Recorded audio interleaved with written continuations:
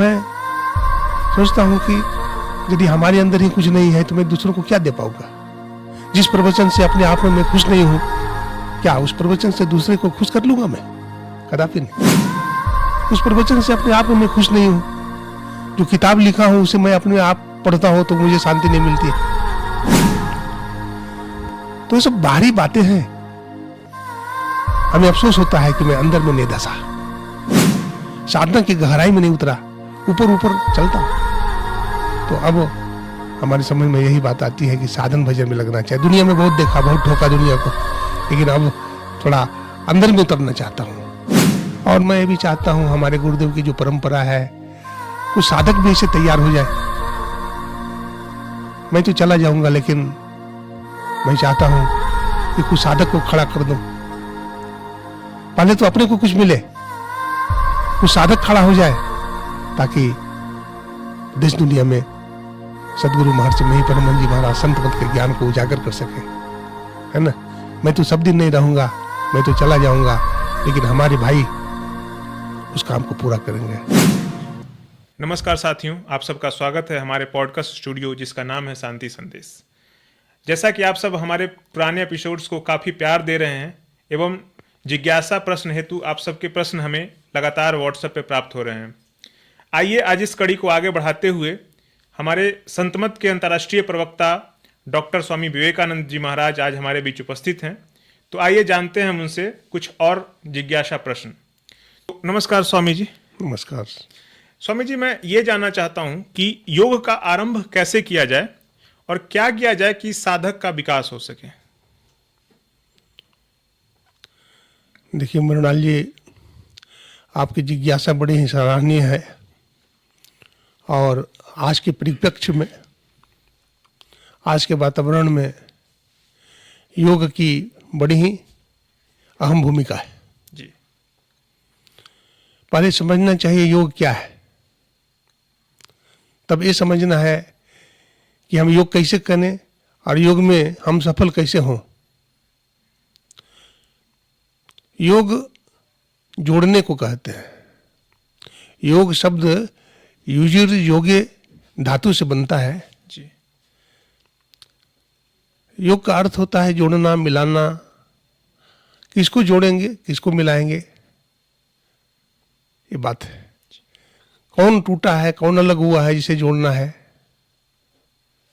जीवात्मा परमात्मा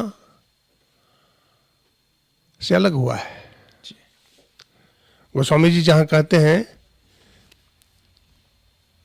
ईश्वर अंश जीव अविनाशी, चेतन अमल सहज सुख राशि, जहां बताते हैं जीवात्मा प्रभु का अंश है। महर्षि मही परमहंस जी महाराज ने कहा जीवात्मा परमात्मा का अंश है। तो जीव अलग हुआ है, इसी को महर्षि मही परमहंस जी महाराज कहते हैं तुम उतर पड़ियो तब माही पीव निःशब्द में, यही ते पड़ गए दूर चलो निःशब्द में। तो जीवात्मा को परमात्मा से मिलना है, मिलाना है। इसके लिए योग की नितांत आवश्यकता है। तो योग आज के वातावरण में आवश्यक है। योग करने के लिए पहले तो योगी गुरु चाहिए, और जब योगी गुरु मिल जाते हैं, कुशल गुरु मिल जाते हैं, तो फिर वो हमें सिखाते हैं, हमें समझाते हैं कि योग कैसे स्थान में करना चाहिए, कैसे करना चाहिए, इसका शुभारंभ कैसे हमारा लाभ होगा। तो इसके लिए हमारे उपनिषद कार लिखते हैं योग कहाँ करना चाहिए, तो कहते हैं वन में, हाँ, मठम कृत्वा, किसी जंगल में मठ बना करके करें जी। बेल वृक्ष के नीचे करें, पीपल वृक्ष के नीचे करें, पाकड़ वृक्ष के नीचे करें, पर्वत की कंदरा में करें, मठ में करें, मंदिर में करें, आश्रम में करें, अथवा घर में करें, है ना। रामकृष्ण परमहंस जी महाराज ने तो कहा योग करो घर में, वन में, कोने में। 3 जगह बताया, घर में करो, वन में करो और कोने में करो। घर में, वन में और और कोने में। जी। तो योग एकांत में करने से इसका बेनिफिट ज्यादा होता है ना, और वहां मन की एकाग्रता भी बनती है ना। इसलिए महर्षि पतंजलि एक बहुत बड़े योगी हुए हैं, आचार्य हुए हैं, योगाचार्य। वो कहते हैं कि योग क्या है ना। तो कहते हैं कि चित्तवृत्ति निरोध इति योगा, चित्तवृत्ति का निरोध ही योग है। हमारी चित्तवृत्ति बिखर गई है, हमारी चित्त की वृत्ति इंद्रियों के घाटों में फैली हुई है, जिसके कारण हम बहिर्मुख हो गए हैं। तो इस बहिर्मुखता को हम कैसे अंतर्मुख करेंगे, इसके लिए संत महात्मा लोग, योगी लोग बतलाते हैं कि इसके लिए सबसे पहले हमें मंत्र जपना है ना। और इसके पहले भी जो हम भूमिका है यम नियम का है। यम के लिए महर्षि पतंजलि अष्टांग योग में पहले यम बताते हैं, 8 अंग बताते हैं, जिसमें बताते हैं पहले यम। तो यम के 5 भाग है, डिवाइड किया है 5 भाग में। तो उसमें अहिंसा है, जीव को नहीं मारना, अहिंसा परमो धर्म, सत्य, सत्य बोलना, झूठ कभी नहीं बोलना, अस्तेय, चोरी नहीं करना, अपरिग्रह, जरूरत से ज्यादा जमा नहीं करना, और ब्रह्मचर्य का पालन करना। इसको यम कहा गया है। उसी तरह से नियम है, तो नियम को भी 5 भाग में बांटा गया। शौच, शौच का मतलब शुद्धि हुआ, हमारा शरीर अपवित्र रहता है, तो शरीर कैसे पवित्र करेंगे, स्नान करते हैं तो शरीर पवित्र हो जाता है। शौच से आते हैं तो मिट्टी से अथवा साबुन से अथवा सर्फ से हाथ को साफ करते हैं, सब शुद्धि होती है, सफाई होती है। तो शौच है, संतोष है, शौच से आते हैं तो संतोष मिलता है, माथा गर्म रहता है, माथा भारी रहता है, माथा हल्का हो जाता है ना। शौच से संतोष मिलता है। शौच, संतोष, तप करने से हमारा अंतःकरण की पवित्रता बढ़ती है, शुद्धि होती है ना। देखिए, तप की आवश्यकता हमें ही नहीं, देवताओं को भी है। ब्रह्मा जी महाराज जो सृष्टि का सृजन करते हैं, वो भी तप करते हैं। तप करके ब्रह्मा जी महाराज संसार का सृजन करते हैं, तप करके भगवान विष्णु संसार का पालन करते हैं, और तप करके भगवान शिव विश्व का संहार करते हैं। तो तप हमारे लिए भी जरूरी है। तपस्या, तपस्या बहुत तरह का है। ब्रह्मचर्य को भी तपस्या कहा गया है, स्वाध्याय को भी तपस्या कहा गया है, और योग को भी तपस्या कहा गया है। तो ये सब चीज यदि हम करते हैं अपने जीवन में, तो हमारा मन पवित्र होता है, और हमारे मेडिटेशन, हमारे ध्यान साधना, राम तीर्थ जी महाराज ने कहा, the concentration of mind, the peace of mind, all attention without any tension, that is called meditation, that is only condition of perfection. हम अपने चित्त वृत्ति को क्या करें, जो बिखरी हुई है उसको एकाग्र कर जोड़े, एक पॉइंट पर कंसंट्रेट करें, उसको क्या करें, मिलाएं, जोड़ें। तो इसको जोड़ने के लिए हमें एक अच्छे मास्टर, एक अच्छे सदगुरु की जरूरत है। जैसे हम संसार में भी देखते हैं कि अगर अध्यापक योग्य नहीं है, कुशल नहीं है, खुद नहीं जानते हैं, तो विद्यार्थी को क्या पढ़ाएंगे। ठीक उसी तरह से जो आध्यात्मिक गुरु हैं, यदि खुद उनका मन बिखरा हुआ है, खुद सदाचारी नहीं है, खुद ध्यान भजन नहीं करते हैं, तो अपने शिष्य को क्या बता सकते हैं, नहीं बता सकते। तो इसलिए योग्य गुरु चाहिए, है ना। महात्मा गांधी कहते हैं कि संसार में अगर एक बार योग्य गुरु न भी मिले तो किसी तरह काम चल सकता है, लेकिन अध्यात्म में तो अगर योग्य गुरु न मिले तो असंभव है, हम प्रगति नहीं कर सकते। तो ये सब कंडीशन है हमारे जीवन में कि हमें योग्य गुरु चाहिए, और हमें साधन करना पड़ेगा। सबसे पहली बात है, हमारे अंदर वैराग्य होना चाहिए। हमारे अंदर वैराग्य होगा तभी हम भजन कर सकते हैं। आज संसार को देखें ना, भोगों में डूबा हुआ है, विषयों में डूबा हुआ है। आज का टेक्नोलॉजी बड़ा विकसित है, आज इंटरनेट का जमाना है ना। जी महाराज जी, वही मैं जानना चाह आज रहा मिसाइल था। है जी। आज अभी सुनीता, क्या नाम, सुनीता विलियम्स अभी अंतरिक्ष की यात्रा करके आई, बहुत दिनों के बाद लौटी है, 9 महीने बाद, 9 महीने के बाद लौटी है। तो बहुत बड़ा काम किया उन्होंने, बहुत सारे रिसर्च किए, अंतरिक्ष का पता लगाया इस तरह से उन्होंने। तो आज हमारा साइंस बड़ा डेवलप है, प्रोग्रेसिव है। तो इस तरह से हम देखते हैं कि हम योग के माध्यम से हम अंतर्मुखी होकर के हम दूसरे के मन को भी बात जान सकते हैं। और जैसे हनुमान जी महाराज को सिद्धियां मिली थी, अष्ट सिद्धि नवनिधि के दाता असवर दीन जानकी माता, ये सिद्धियां माता जानकी ने हनुमान जी महाराज को प्रदान किया था। तो हनुमान जी महाराज ने क्या किया था? जप किया था, है ना। मंत्र जप में बड़ी शक्ति है। महर्षि पतंजलि ने कहा जपात सिद्धि, जब से सिद्धि होती है, जब से सिद्धि मिलती है, इसलिए जप करना चाहिए। हमारे गुरुदेव महर्षि मही परम जी महाराज ने कहा गुरु जाप मानस ध्यान मानस कीजिए दृढ़ साध कर, इनका प्रथम अभ्यास कर श्रुत शुद्ध करना चाहिए। जप कीजिए आप, जप करने से मन एकाग्र होगा, जप करने से अंतर्मुखता बढ़ेगी, जप करने से आपको शांति मिलेगी। जब जप सिद्ध हो जाएगा तो आप जो चाहेंगे आपकी कामना की सिद्धि हो जाएगी। तो जप के बाद फिर अगला स्टेप आता है मानस ध्यान का। मानस ध्यान में हम अपने इष्ट का ध्यान करते हैं। गुरु नानक देव जी महाराज कहते हैं गुरु की मूरत मन महि ध्यान, गुरु के शब्द मंत्र मन मान, गुरु के चरण हृदय ले धारो, गुरु पार ब्रह्म सदा नमस्कारो। कहते हैं गुरु की मूर्ति का ध्यान कीजिए। और एक जगह तो लिखते हैं गुरु मूर्ति हृदय बसाइए, जो इच्छा है सोई फल पाइए। आप जो कामना करेंगे उसकी सिद्धि हो जाएगी। और शिवनारायण स्वामी कहते हैं निहारो यारो गुरु मूर्ति की ओर, गुरु मूर्ति सूरत बिच निरखो तब रहो तिजोर। एक हमारे कोई साधक हुए जो मन की बात जान जाते थे, उन्होंने जप किया, उन्होंने गुरु मूर्ति का ध्यान किया और परीक्षा में पास करेगा कि नहीं करेगा बता देते थे। अच्छा। आपका बिजनेस सफल होगा, सक्सेस होगा या नहीं बता देते थे। कल पेपर में क्या आएगा बता देते थे। हाँ, बता देते थे। आपके मन में क्या सब बातें बता देते थे। तो ये सब सामान्य बात है, बहुत बड़ी बात नहीं है। अगर मानस जप और मानस ध्यान में आप सिद्ध हो जाते हैं, सफल हो जाते हैं, तो ये सारी बातों को आप जान लेंगे। तो इसलिए योग से हम देखते हैं कि आज के लोगों को बहुत लाभ होता है, आज के समाज को बहुत लाभ होता है। यदि हम इसे बढ़िया ढंग से करें तो हमें बहुत लाभ होगा। आज एक नया शब्द है योगा, है ना। पहले लोग समझते थे योग ऋषि मुनियों का चीज है, इसे हम गृहस्थ को क्या फायदा है, क्या बेनिफिट है, क्या लाभ है। लेकिन वास्तव में गृहस्थ को भी आज हमारे समाज में भी इसकी बहुत आवश्यकता है।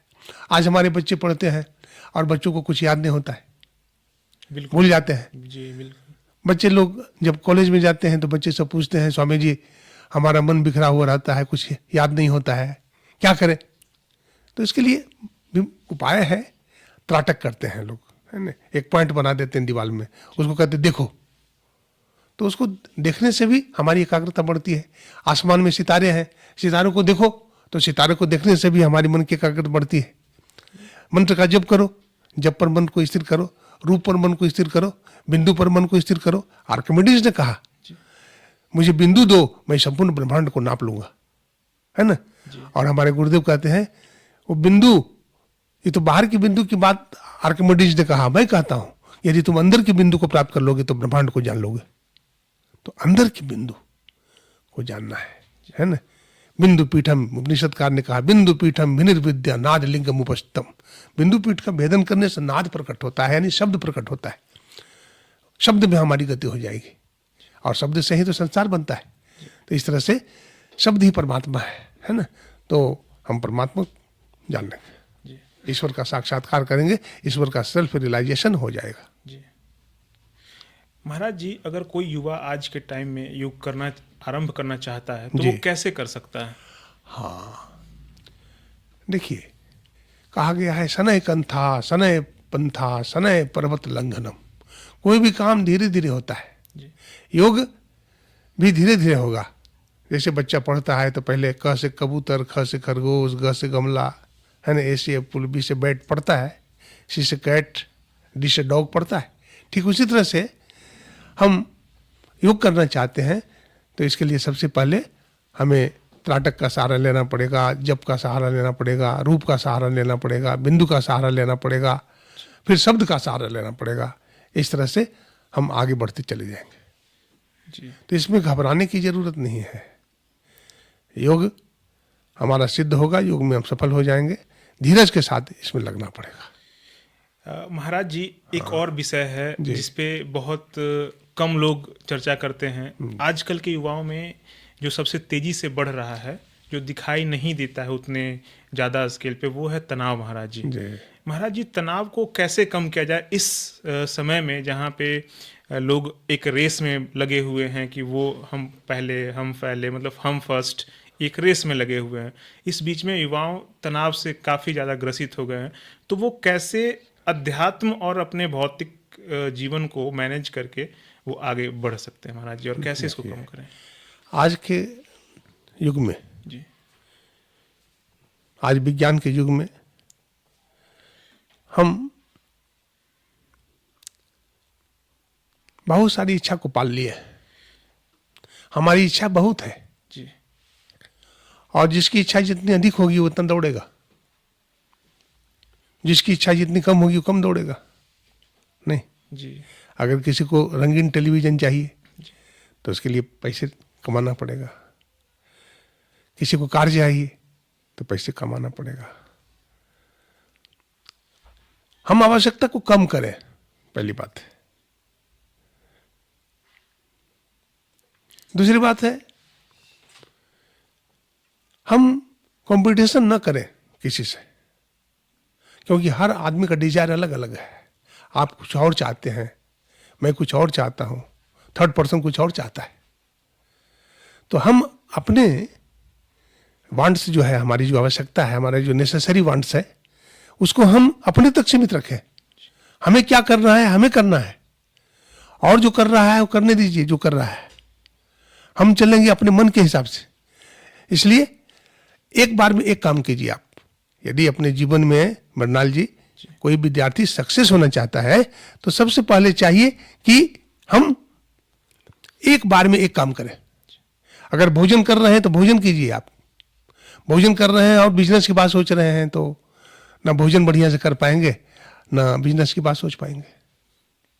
गाड़ी भी चला रहे हैं आप, कुछ खाते भी जा रहे हैं, बात भी करते जा रहे हैं, कोई काम बढ़िया नहीं होगा। एक बार में एक काम कीजिए तो सफल आप हो जाएंगे। आज बीमारियां क्यों बढ़ रही है? हम भोजन शांति से नहीं करते, अंतर्मुख होकर नहीं करते। भोजन का जो रस हमें मिलना चाहिए वो रस हमें नहीं मिल पाता है। पढ़ाई में हम सफल नहीं हो पाते हैं, बिजनेस में हम सफल नहीं हो पाते हैं। आप मॉर्निंग में उठिए, सुबह में उठिए तो बढ़िया चीज सोचिए। सबसे पहले आप सुबह में जी आप उठते हैं तो क्रियाकर्म से निवृत्त होकर के आप थोड़ा योगासन वगैरह कीजिए, प्राणायाम वगैरह कीजिए। उसके बाद फिर आप एकांत में बैठिए, सोचिए हमें क्या करना चाहिए, हमने जीवन में क्या किया है, आज तक मैंने क्या पाया है, आज तक मैंने क्या खोया है। अगर आपको कुछ पाना है तो आप चिंतन करिए कि हमें क्या पाना है और कैसे पाया जाएगा। तो नया नया टेक्निक का सहारा लीजिए। आपका मन सबसे बड़ा अस्त्र है। आपका मन अगर अच्छे काम में लग जाएगा तो आपको अच्छाई की तरफ ले जाएगा। आपका मन अगर बुरा काम में लग जाएगा, आप बुरी संगति कर लेंगे तो बुराई में चले जाएंगे आप। तो इसलिए सारा खेल जो है, आप अपने विल पावर, अपने कॉन्फिडेंस को बढ़ाइए तो आप सक्सेस हो जाएंगे। जी बिल्कुल महाराज जी। महाराज जी, एक चीज़ और देखा गया है, आजकल के जनरेशन के जो बच्चे हैं वो कहते हैं कि उन्हें रात में ज़्यादा अच्छे से वो सोच पाते हैं, पढ़ाई कर पाते हैं, जो भी है, और वो रात भर जगते हैं और सुबह में सोते हैं महाराज जी। तो एक विद्यार्थी की दिनचर्या क्या होनी चाहिए महाराज जी? देखिए, आजकल का जो विद्यार्थियों का रवैया है जी बिल्कुल गलत है। साइंटिफिकली भी गलत है और आध्यात्मिक दृष्टिकोण से भी गलत है। हमारे ऋषि मुनि प्रातः काल जगते थे, ब्रह्ममुहूर्त में जगते थे। ब्रह्ममुहूर्त में जगने से बहुत लाभ होता है, है ना? ब्रह्ममुहूर्त में जगने से बहुत लाभ होता है। आप कहेंगे कैसे? ब्रह्ममुहूर्त में जगना चाहिए, बहुत लाभ होता है, मन उसमें एकाग्र रहता है। आप फोन चलाते होंगे, एक बार की बात है, मैं उस समय हमारे पास मोबाइल ये वाला नहीं था, 5G वाला जी है ना जी, फोन नहीं था, तो स्मार्टफोन नहीं था उसमें, छोटा वाला फोन था। तो उसके बाद उसमें बूथ भी हुआ करता था। जी।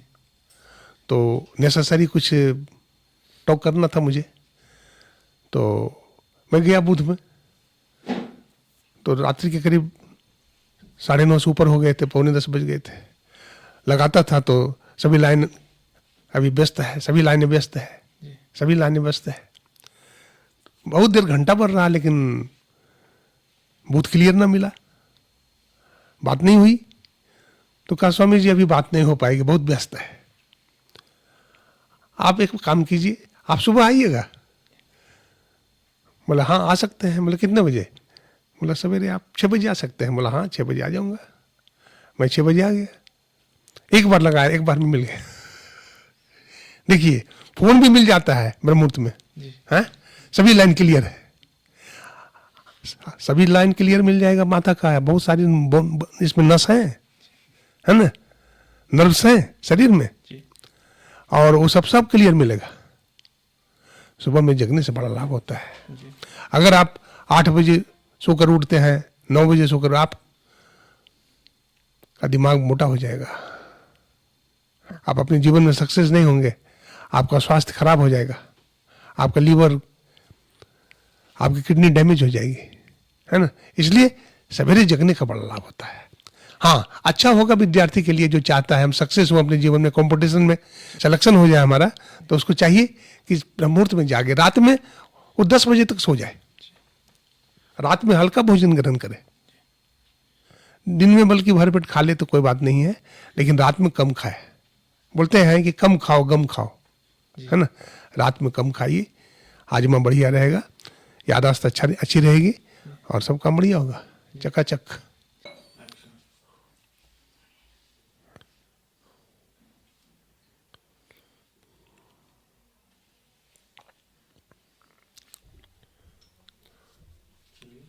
हो गया।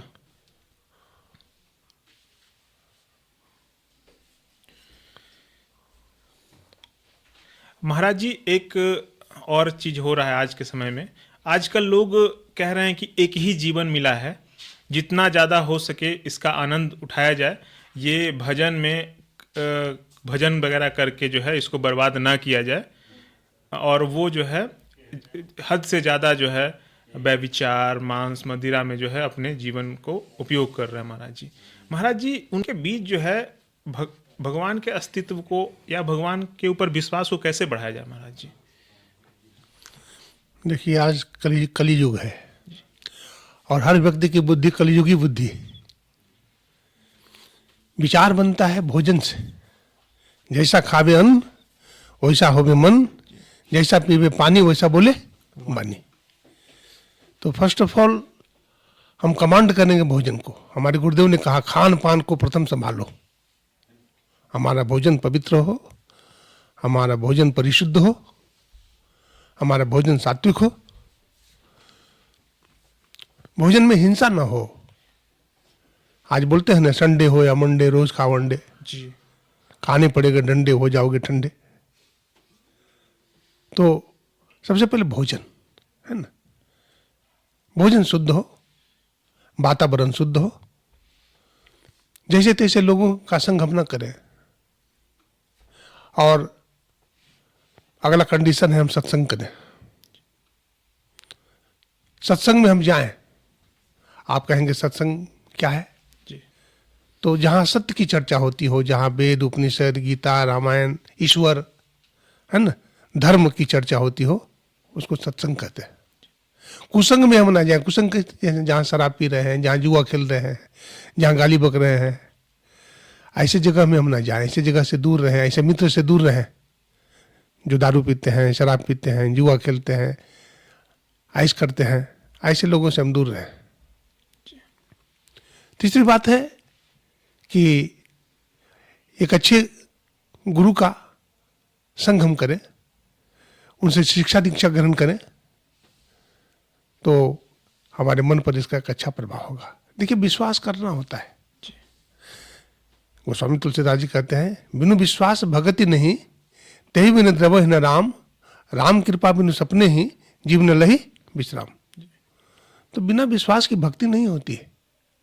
तो विश्वास तो करना पड़ता है। जैसे मान लीजिए हमारी माँ है या हमारे पिताजी है, तो ये हमारे पिताजी हैं, इसका क्या प्रमाण है? किसने बताया? माँ बोलती है बेटा ये तुम्हारे पिताजी हैं, तो माँ की बात में विश्वास करते हैं। हमारा वेद भगवान बोलते हैं अहिंसा परमो धर्म, है ना, अहिंसा परम धर्म है, हमारा वेद माँ है बोलती है, तो हम उस पर विश्वास करना चाहिए, करते हैं। तो अनलगढ़ बात में हम विश्वास न करें। जो हमारा वैदिक साहित्य है, जो हमारे गीता है, उपनिषद है, रामायण है, इस पर हम विश्वास करें, है ना। विश्वास करना होता है, जहाँ विश्वास करना चाहिए वहाँ करना चाहिए, जहाँ नहीं करना चाहिए वहाँ नहीं करना चाहिए। इसके लिए हमें अंतरात्मा को जगाना होगा, इसको झकझोरना होगा, है ना, तब इसका रहस्य का हमें पता चलेगा। इसके लिए कुछ करना पड़ेगा। Something should be done in the life. अपने जीवन में कुछ करना चाहिए, नहीं? Practice makes a man perfect, but not only practice makes a man perfect, but perfect practice makes a man perfect. एक परफेक्ट प्रैक्टिस हम अपने जीवन में करें। आप देखते होंगे मृणाल जी, कोई फुटबॉल खेलता है तो कितना मेहनत करता है प्लेयर, बहुत दिन रात एक कर देता है। कोई क्रिकेट खेलता है तो दिन रात एक करता है, सालों साल खेलता है, कई साल तक खेलता है, 10 साल तक खेलता है, फिर वो सक्सेस होता है, फिर वो वर्ल्ड कप जीतता है, सिल्वर कप और गोल्डन कप जीतता है वो, ना, फिर दुनिया में उसका नाम होता है। तो एक दिन में सफलता नहीं मिली है, बहुत दिनों तक सफलता, बहुत दिनों के बाद सफलता मिलती है ना। इसलिए हमें अपने जीवन में पुरुषार्थ करना चाहिए, है ना। हम अपने को जैसा बनाना चाहते हैं बन सकते हैं, है ना। हम अपने को अच्छा बनावे। कोई योगी है, कोई ध्यान करना चाहता है तो उसको दिन रात लगना पड़ेगा। ऐसा नहीं कुछ इधर कर लिया कुछ उधर कर लिया तब नहीं होगा, एकजुट होकर के लगना पड़ेगा। साइंटिस्ट देखिए, सर आइजैक न्यूटन था, नाम सुने होंगे आप। जी। बहुत मेहनत किया, बहुत रिसर्च किया सर आइजैक न्यूटन। वो जंगल में रहता था, झोपड़ी बना करके एकांत में कुछ ना कुछ रिसर्च करता था, मशीनरी बनाते रहता था। एक बूढ़ी माता कंडा चुन रही थी, तो न्यूटन को देखा एकदम काम कर रहा है, तो जंगल में देखती है इधर उधर के कोई गोबर उठाने वाले मिल जाए तो बुलाती है, बेटा जरा उठा दे इसे गोबर। तो न्यूटन आया, तो न्यूटन का शक्ल देखी, बड़ा सुंदर लड़का है, मासूम बच्चा है। तो बोलते बेटा तुम्हारा नाम क्या है? तो न्यूटन ने कहा माँ लोग मुझे न्यूटन कहते हैं। अच्छा बेटा तू ही न्यूटन है, तुम्हारा तो दुनिया में बड़ी ख्याति है, तुम्हारी तो बड़ी प्रसिद्धि है बेटा, तूने तो बहुत सारे रिसर्च किए। बोला नहीं माँ मैं कुछ नहीं कर पाया, है ना। वो न्यूटन कहते हैं उतना बड़ा वैज्ञानिक होकर क्या बोलता है, oh my God I don't recognise you, I wandering the world and collecting the pebbles on the bank of the river like a child, that is only condition of perfection. मैं ईश्वर को नहीं जान पाया, अफसोस है, खेद है। मैं इतना रिसर्च तो किया लेकिन उस मालिक को नहीं जान पाया। अब मैं उसको जानूंगा, मैं अब उसको जानूंगा। तो एक साइंटिस्ट भी उसकी खोज करता है कि जहां तक मैंने खोज किया है उससे ऊपर की कोई शक्ति है, और जो भी मैं खोजा है इसी मस्तिष्क से खोजा है। इसलिए स्वामी विवेकानंद ने भी कहा तुम्हारा मस्तिष्क अनंत ज्ञान का भंडार और अछूट पुस्तकालय है, जिस ज्ञान की कुंजी उस सदगुरु के पास है।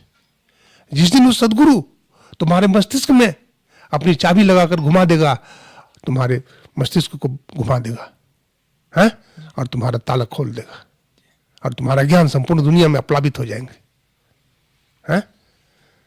रामकृष्ण परमहंस ने विवेकानंद की तिजोरी को खोल दिया, और 6 फीट का जवान जब बोलना शुरू किया वहां तो दुनिया को हिला के रख दिया, है। Dear brothers and sisters of America, है, जब बोला तो 10 मिनट तक तालियां की बौछार हो गई। कहाँ की शक्ति? उसी की शक्ति, उस मालिक की शक्ति। मृणाल बाबू लगना पड़ेगा, है। Something should be done in the life. कुछ करना पड़ेगा, इसके लिए पुरुषार्थ करना पड़ेगा और जोखिम उठाना पड़ेगा। कोई व्यापारी जोखिम उठाता है तब सक्सेस होता है। डरता रहेगा, डरपोक आदमी जोखिम नहीं उठाएगा, होगा। अजी लोग डराने वाले मिल जाते हैं, अरे ये करोगे तो इतना घाटा लग जाएगा, ये करोगे तो ये हो जाएगा, ये करोगे तो ये हो जाएगा। हाँ, हर व्यक्ति डराने वाला तो मिलेगा लेकिन पीठ ठोकने वाला तो कोई मिलता है। जो आगे पीठ ठोक करके आगे बढ़ा दे। जी तो पीठ ठोकने वाले की जरूरत है, जी उत्साही लोगों की जरूरत है, अच्छे दिल दिमाग वाले की जरूरत है, भजन करने वाले लोगों की जरूरत है। स्वामी रामकृष्ण ने कहा आज हमारे देश को एक अच्छे किसान की जरूरत है, आज हमारे देश को एक अच्छे एडवोकेट की जरूरत है, आज हमारे देश को एक अच्छे नेता की जरूरत है, आज हमारे देश को एक अच्छे सन्यासी की जरूरत है। जी आज हमारे देश में सन्यासी भी अच्छा हो जाए तो कितना व्यक्ति को पैदा कर सकता है। नहीं, मैं तो कहता हूँ, सत्संग में जाता हूँ तो कहीं 2 दिन का सत्संग होता है, जिला अधिवेशन होता है, ये होता है, तो कहते बाबा आप आए हो यहाँ सत्संग करने के लिए? बोला हाँ सत्संग करने के लिए आया हूँ, मैं फैक्ट्री लगाने के लिए आया हूँ। बोला कौन सी फैक्ट्री लगाओगे? बोला मैं फैक्ट्री लगाऊंगा। बोला किस चीज़ का फैक्ट्री लगाओगे? मैंने कहा मैं भी फैक्ट्री लगाओगे, आदमी बनाने का फैक्ट्री लगाऊंगा। बोला आदमी बनाने का फैक्ट्री लगाओगे? आदमी भी बनाया जाता है? बोला हाँ आदमी बनाया जाता है। आज समाज में शराबी लोग हैं, जुआड़ी लोग हैं, व्यभिचारी लोग हैं, लड़ाई करने वाले लोग हैं, झगड़ा करने वाले लोग हैं, करप्टेड माइंडेड के लोग हैं, लेकिन मैं उसको अच्छा बना दूंगा और मैं अच्छी आदमी की फैक्ट्री खोलूंगा। बोला वाह स्वामी जी, सत्संग में देखो बहुत लोग दीक्षा लेने के लिए आए हैं। ये पहले शराब पीते थे, शराब पीना छोड़ दिया है, पहले मांस खाते थे, मछली खाते थे, बकरा खाते थे, खाना छोड़ दिया है, अभी दीक्षा ले लेंगे, अभी भजन करेंगे, अब समाज में भी एक अच्छा वातावरण फैलेगा। क्या बात है महाराज जी। तो संत महात्मा भी फैक्ट्री खोलते हैं। जी अच्छा महाराज जी, एक चीज़ और था कि जैसे अगर ईश्वर की जो प्राप्ति करनी होती है तो वो उसके लिए जो सबसे अच्छा मार्ग कौन सा है, सन्यासी मार्ग या गृहस्थ मार्ग सबसे अच्छा? देखिए मृणाल बाबू, मार्ग तो दोनों अच्छा है, गृहस्थ का भी मार्ग है और सन्यासी का भी मार्ग है। कर्म योगे न योगी नाम, ज्ञान योगे न संख्या नाम, भगवान कृष्ण कहते हैं। देखिए गृहस्थ लोग भी बहुत हुए हैं, आप इतिहास पढ़िए, देखिए हमारे याज्ञवल्क्य ऋषि, भारद्वाज मुनि, कण्व ऋषि, नचिकेता, पिपलाद, मतंग ऋषि, भगवान बुद्ध, महावीर, सब गृहस्थी वन में हुए ज्यादा, बाद में सन्यासी बने, बाद में सन्यासी बने। शंकराचार्य जी महाराज सन्यासी हुए। तो अगर सन्यासी की बात कहा जाए तो उंगली पर गिने हुए हैं, लेकिन गृहस्थ तो बहुत हुए हैं। संत कबीर साहब, गुरु नानक साहब, पलटू साहब, गरीबदास जी महाराज, संत रविदास जी महाराज, बुल्ला साहब, संत सुंदरदास जी महाराज, भक्तिमती मीराबाई, सहजोबाई, बहुत हुए। तो मार्ग दोनों है, हाँ, लेकिन इतना मैं कह सकता हूँ कि सन्यासी का जो मार्ग है उसमें हम रैपिडली दौड़ सकते हैं, तीव्र प्रवाह से दौड़ सकते हैं, लेकिन गृहस्थ का जो प्रवाह है वो मंद होता है। क्यों? आप देखिए 20 हॉर्स का मोटर है, लगा हुआ है, पानी उठा रहा है, अगर 10 भाग में बांट दिया जाए तो स्पीड बहुत कम होगा, स्लो होगा, लेकिन अगर एक दिशा में पानी बहेगा तो तीव्र रफ्तार से बहेगा, रैपिडली बहेगा वो। तो ठीक उसी तरह से हम भी अगर सन्यासी जीवन में कोई काम करते हैं तो पूरी मजबूती के साथ करते हैं और हम सफल भी होते हैं। लेकिन गृहस्थ जीवन में बहुत बाउंड है, बहुत बॉडरेशन है, तो उसमें सबको लेकर के चलना पड़ता है। बाल बच्चे हैं, गृहस्थ है, भाई है, कुटुंबी है, सबको लेकर चलना पड़ता है। तो ये है, लेकिन चल सकते हैं, दोनों रास्ते खुले हैं, क्योंकि संत दोनों तरफ से हुए हैं, गृहस्थ जीवन में भी हुए हैं, सन्यासी जीवन में भी हुए। महाराज जी, आपको कोटि कोटि धन्यवाद। आपने इतना मूल्यवान समय निकाल के हमारे सारे श्रोतागण के जिज्ञासा प्रश्नों को शांत किया। महाराज जी, आखिरी में बस ये आपसे पूछना चाहूँगा कि आपका योगदान संतमत के लिए भी बहुत ज़्यादा है। मैंने खुद आपके द्वारा लिखे कई किताबों में मैंने आपके विचारों को भी पढ़ा है। महाराज जी, मैं ये जानना चाहूँगा कि आप ऑलरेडी एक पहुँचे हुए संत हैं, उसके बावजूद अब आपका अगला लक्ष्य क्या है स्वयं और संतमत के लिए? देखिए मृणाल बाबू, मैं तो पहुंचा हुआ नहीं हूँ और मैं बहुत विद्वान भी नहीं हूँ। यद्यपि गुरु की कृपा से मैंने जो भी किया, प्रोफेसर भी रहा कॉलेज में, 6-7 वर्षों तक अध्यापन का कार्य भी किया, बहुत सारी किताबें भी लिखी, साधना भी की, सत्संग का प्रचार भी किया देश से विदेश तक। लेकिन अपने को उलझा हुआ पाया मैंने। हमें पूरी शांति नहीं मिली और उन सारे कार्यों में मनोयोग में मैं सफल नहीं हो पाया, क्योंकि सिलसिलेवार ढंग से सोचने का समय कम मिलता था। जिला अधिवेशन में जाना, अखिल भारतीय में जाना, प्रचार प्रसार का बहुत बोझ रहता था, बहुत थकावट हो जाती थी और ध्यान जो करना चाहिए उतना नहीं कर पाता था।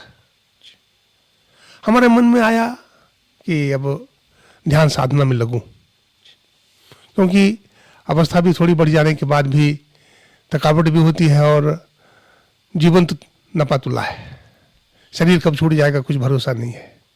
तो हमारे मन में आया कि अब साधना करूंगा, अब साधन में लगूंगा। अब ये वाणी से भी मैं डिस्टर्ब हो जाता हूँ, बहुत कांटेक्ट हो गया है और उसको मैं सब कांटेक्ट को हटाना चाहता हूँ और मौन साधना में रख करके कुप्पा घाट में जो गुरुदेव की साधना स्थली है उसमें मैं प्रवेश करना चाहता हूँ और सिलसिलेवार ढंग से वहाँ साधन करना चाहता हूँ। मैं सोचता हूँ कि यदि हमारे अंदर ही कुछ नहीं है तो मैं दूसरों को क्या दे पाऊंगा।